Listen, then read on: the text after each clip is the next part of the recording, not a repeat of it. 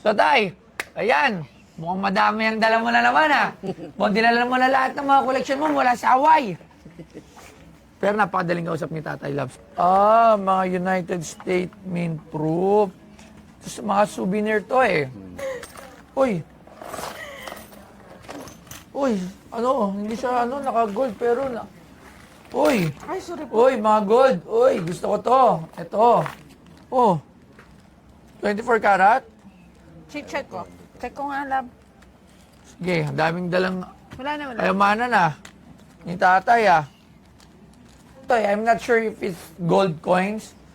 So, for example, this one. Nakikita ba?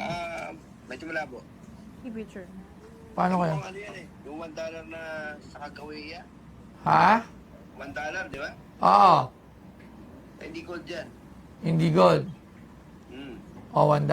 So, ganun din, eh. So, hindi mga gold to. Eto naman isa, $quarter.